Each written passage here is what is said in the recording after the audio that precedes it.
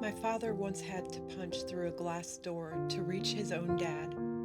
He was 19, and by the time he got inside, it was already too late.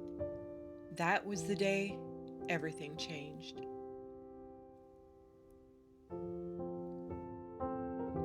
Welcome to Museum of the Ancestors, a miniature storytelling project where I build tiny spaces inspired by the people in my family tree. Some of them I knew well. Some, like my grandfather Clarence, I only know through stories.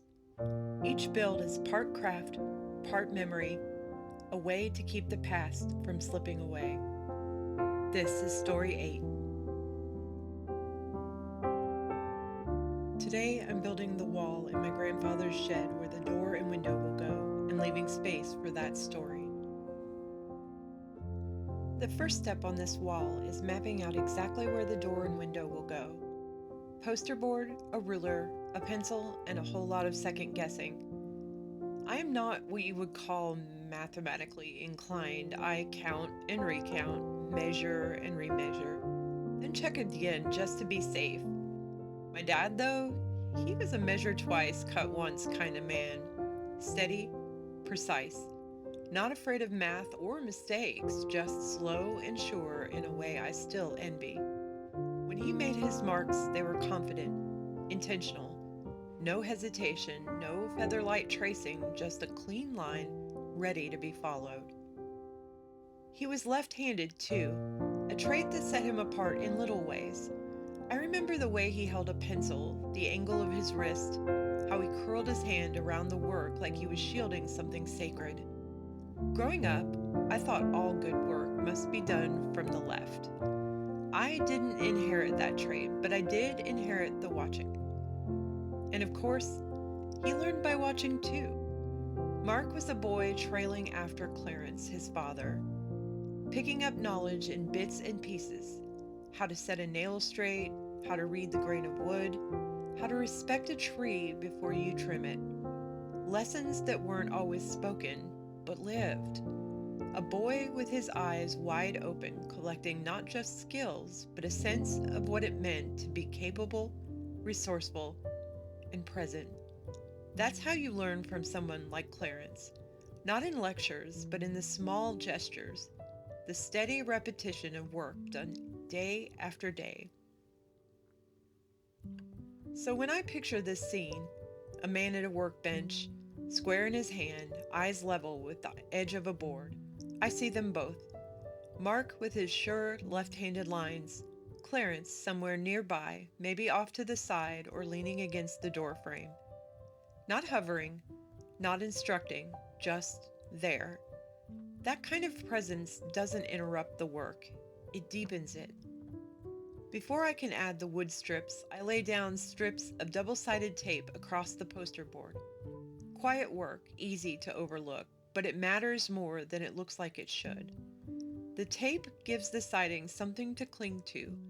It holds the narrow wooden planks in place while I build the frame on top.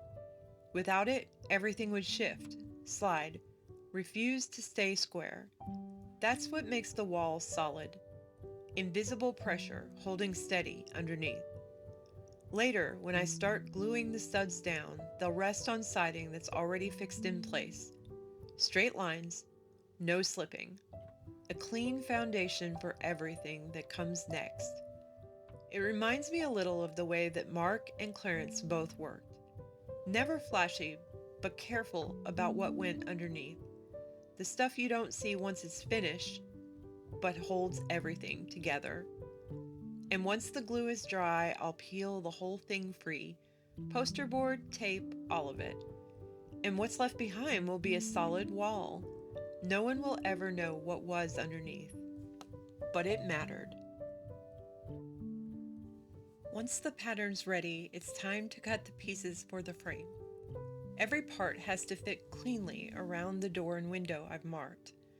This isn't the kind of build where you can get sloppy and fix it later, not without feeling it in every wall that comes next. I'm not naturally precise. I wish I were. I measure and then measure again and then hold my breath and do it one more time just in case. The numbers don't lie, but I still manage to misunderstand them sometimes, especially when they hide behind fractions. Still, I try. I try because this part matters. I didn't grow up hearing a lot about Clarence. My dad almost never talked about him. What I know, I learned secondhand. Bits and pieces from my grandmother, some of them poignant, some strange, and little windows of clarity from my Uncle Jeffrey, who was younger and maybe carried the memories a little more gently. And now and then, something would slip sideways out of my mother's mouth. Your dad used to say that his father always peeled oranges in one go, and it would catch me off guard, like finding a photograph tucked into a book you didn't remember reading. But mostly there was silence. I think the day Clarence died took all the words with it. It was too much, too sudden. A full stop, and my father, only 19, standing on the other side of it. Still, even without the stories, I could feel the presence. Clarence showed up in the details of who Mark became, in the way that he moved through the world with quiet efficiency, in the way he liked things to line up, and maybe most of all in his love for spreadsheets. My dad adored Excel, not just as a tool, he found beauty in it. The clean lines, the perfect grid, the way everything snapped into place if you put the right numbers in the right places. He showed me how to use formulas like incantations, how to trace relationships across cells, how to balance a whole system with a single number if you knew where to put it. It wasn't just accounting, it was clarity. I think that was his language. Numbers, rows, orders. A kind of control in a life that had once spun so violently out of it. So maybe it makes sense that I'm here trying to line things up in my own way. My medium is wood and glue, not formulas and functions, but the hope is the same. That if I'm careful, if I measure enough, if I trust the marks I make, I can build something square, something solid, something that will hold. And still, there's a tension humming under it all, because I know what's coming next. I know the moment this story is circling around, even as I keep drawing lines and cutting wood, pretending for just a little while longer that I can shape the outcome. My grandfather Clarence died when he was just 53 years old. My dad was 19. It happened on an ordinary morning, the kind that usually disappears into memory unless something rips it in half. They both worked at the Farm Bureau Co-op, a place full of grain dust and fluorescent hum, where the rhythm of the day was as familiar as breathing. They had a routine. Every morning, Clarence would park out back and let himself in through the rear door, locking it behind him like he always did. My dad would walk to the front, hands in his pockets probably, until Clarence made his way through the building and opened the glass doors from the inside. Except that day, he didn't. Clarence reached up for the lock at the top of the door, and he collapsed. My dad saw it happen. He saw his father begin to fall, folding into himself on the other side of the glass like a puppet with its strings cut. He ran, instinct kicking in before anything else, around to the back of the building, past the loading dock, skidding to a stop in front of the locked door. Locked, like always. Locked by routine. Locked by habit. So he turned and sprinted for the front where the glass framed everything like a terrible picture. And without thinking, he punched his way through it. My dad bore scars from that day, both physically and mentally. The paramedics told him later there was nothing he could have done. Clarence was gone before he even hit the floor. A massive heart attack. Quick, brutal, final.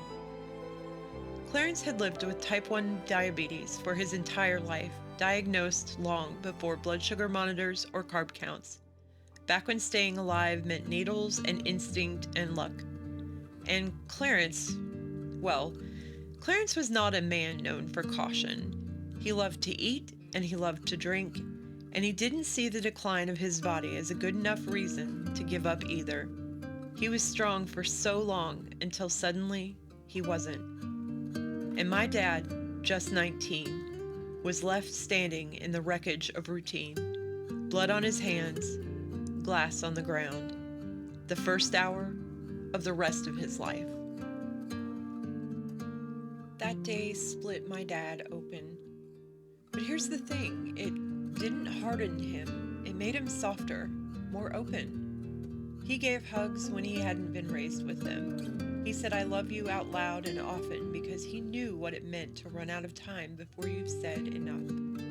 He asked people how they were, and actually wanted to know. And he took care of himself in all the ways Clarence hadn't. It wasn't easy. One of his friends used to joke that Mark was a museum of rare disease. And he kind of was.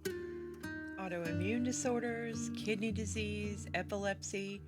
He had IgA nephropathy, gout, type 1 diabetes, survived cancer twice, and still showed up every day with his shoes laced and his sense of humor intact. He exercised. He ate his vegetables. He followed the rules even when his body kept rewriting them, because he had seen what happened when you didn't. And then there was my grandmother, Mildred. She wasn't an angry person, not at all. She was warm and sharp-witted and deeply kind. She laughed easily. She told stories with twinkling eyes. And she spoke of Clarence often, always with affection. Sometimes with amusement, sometimes with a sigh, but always with love. But when she spoke about that day, the day he died, something shifted. Her voice changed. There was a heat behind it that wasn't there any other time. Not rage exactly, but something close, something unresolved. Clarence had skipped a doctor's appointment earlier that same week. He just didn't go. And that morning, the morning he died, she looked at him and knew. She knew something was not right. So she begged him to go to the ER, told him to stay home just this once. But he waved her off, said he was fine, said he had work to do. And then years later, in a quiet moment, she said, "I needed him to stay," and he went to work. It was the one time I ever saw her talk about him with something other than gentleness. That flash of anger stood out all the more because it was rare. It wasn't bitterness. It was grief wearing a sharper edge, a love that couldn't protect him. And maybe that's part of what I'm building here too. Not just a wall, not just a door, but a space to hold that moment, to hold all of it, the silence, the softness, the sorrow, the flicker of fury in a woman who had otherwise forgiven nearly everything. So really, the story of Clarence, it's also the origin story of Mark. That moment at the co-op changed everything, not just because of what was lost, but because of what it had sparked. My father could have closed himself off after that.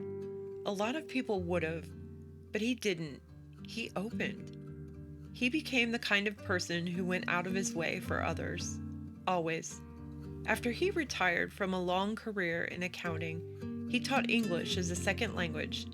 Not for the glory, not for the resume. It was just because he could, because it mattered. He helped refugees navigate the impossible twists of the visa process. He made it make sense when nothing else did. The same friend who once called him a museum of rare disease also described how my dad walked into church like a rock star. That was the phrase he used. A quiet introvert, barely making a sound, and somehow the whole room lit up around him. People crowded him with handshakes and hellos. They just loved him. Despite everything. Because of everything.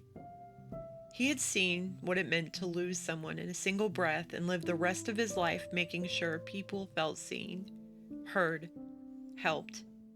And I think about that a lot as I build, as I cut each piece of wood and line it up against the next. The story I'm telling may be about Clarence, but the shape it takes is all Mark. The frame I'm working on now is the front wall, the one with the window and the door, the heart of the structure, the part that people will look at first without even realizing it. Every stud I glue into place has to fit just right around the openings I mapped out earlier. The measurements aren't theoretical anymore, they're physical now, solid. If I've marked something wrong, I'll know it fast. This is where things stop being ideas and start being consequences. So I take my time. I dry fit each piece before gluing, hold them up to the light to make sure they're square. A miniature door frame is a small thing, a couple of inches wide, but in this context it carries weight. Symbolic, emotional, structural. I press the door studs into place, hold them while the glue sets. My fingers stick a little to the board. It's quiet work, slow. And as I press that frame into position, I think again of my dad, of how much of himself he gave to people, of the way he chose connection when he could have chosen closure. I think about all the doors he held open, the ones he walked through without knowing what was on the other side. This one, this tiny square frame space in a dollhouse wall, is for him. Because there was a door he couldn't open once, and he never stopped trying to make up for it. The door is in place now. It's just a rectangle of wood and glue, but it feels heavier than that, like it's holding something invisible, something remembered. Once it's set, I turn to the window. This one's a little higher, a little wider. The frame has to sit snug between two studs, and I've already marked its height. There's less room for error here. A crooked window will throw off everything around it. So I check again, measure, recheck. I lay out the pieces first. It's almost comical how small they are, but I handle them like they matter, because they do. As I glue the frame together, I think about how many windows Clarence must have framed in his lifetime. Houses, sheds, barns. He would have done it fast, without fuss. He knew how to make things square by feel.